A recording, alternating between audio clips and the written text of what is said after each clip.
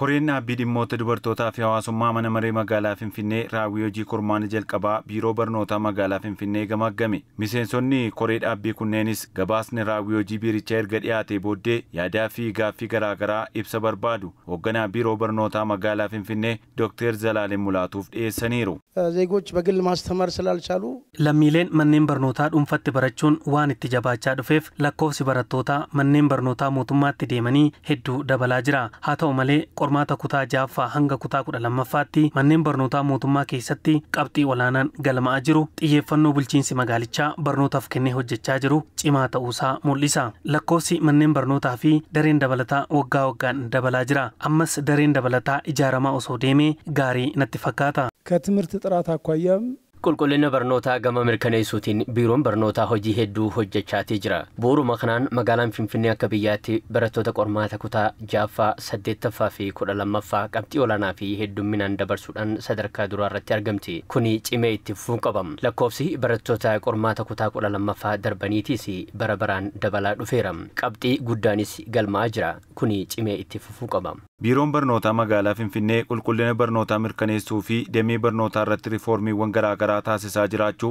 kanaanis firii gaariin galmaa'u hoogganaan biiroo barnootaa magaalaa Finfinnee Dr. Zalaalem Mulaatu himanii akkaataa bulchiinsi magaalichaa damee barnootaaf xiyyeeffannoo kennee hojjechaa jiruun ammas hojii hedduutu nu hafaa jedhaniiru. ይሄ ግን እንደ ከተማ እንደምናደርገው እንደ ልፋታችን እንደ ኢንቨስትመንታችን ይመጥናል ሲባል በጣም qabxiin galmaa'aa jiru xiyyeeffannoo bulchiinsi magaalaa fi biiroon barnoota magaalaa Finfinnee damee barnootaaf kennee hojjechaa jiru hin madaalu. Qabxii galmaa'ee qofaan kan boonnu osoo hin taane kana caalaa hojjechuuf ammallee daandii dheeraatu nu hafa. Waggoota dabarsine Finfinnee keessatti manneen barnootaa barataa tokkoyyuu qormaata kutaa 12ffaa osoo hin dabarsiin kan hafan turaniiru. Amma garuu manneen barnootaa Finfinnee keessa jiran hundi qormaata biyyaalessaa dhibbeentaa 6 ol dabarsaniiru. Fakkeenyaaf akka biyyaatti manneen barnootaa 1,200 bara kana barataa tokkollee qormaata kutaa 12ffaan hin dabarfanne. Akka Finfinneetti garuu ni xiqqaata malee hundinuu qabxii fooyyee qabu galmeessaniiru. Ammas taanaan deeggarsi keessanii fi kan bulchiinsa magaalaa Finfinnee cimee yoo itti fufu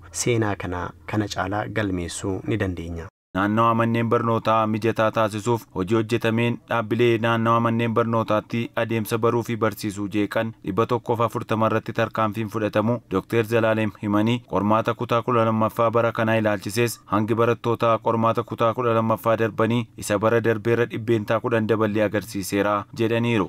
ከቅድመ አንደኛ እስከ መካከለኛ ደረጃ ያለ መጽሐፍ አለን በቂ ነው። manneen barnootaa sadarkaa tokkoffaan duraa fi hanga giddu galeessaatti dhiyeessiin kitaabaa ga'aatu jira. Manneen barnootaa dhuunfaatti garuu hanqinni kitaabaa akka jiru odeeffama. Nuti kitaabaa heddumminaan jiraa jenna. Kanaaf maatiin barattoota waa'ee kana dhiphachuu hin qaban. Kitaabni heddumminaan waan maxxanfamee jiruuf fuudhanii raabsuun dirqama. Nutis ni hordofna. Warreen faayidaa dhuunfaaf jecha namoota rakkisuu barbaadan jiru. Isaan irratti tarkaanfii seeraa fudhachaa itti fufna. Mana maree magaalaa Finfinneetti walitti qabduun koree dhaabbii dhimmoota dubartootaa fi hawaasummaa aadde Soofiyaa Alamuu biiroon barnoota magaalaa Finfinnee ergama dhaloota egeree ijaaruu qabatee adeemaa jiru ammas cimsee akka itti fufuu dhaamaniiru.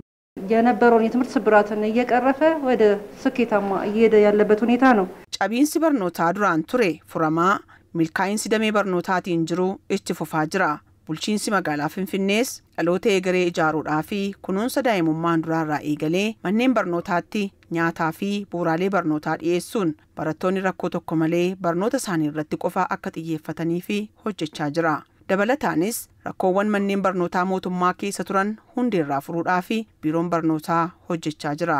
Kanaanis firiin gaariin galmaa'aa jira. Nutis deeggarsa isiniif ni taasifna. Isinis hojii dhaloota ijaaruu cimsaa itti fufaa jenna.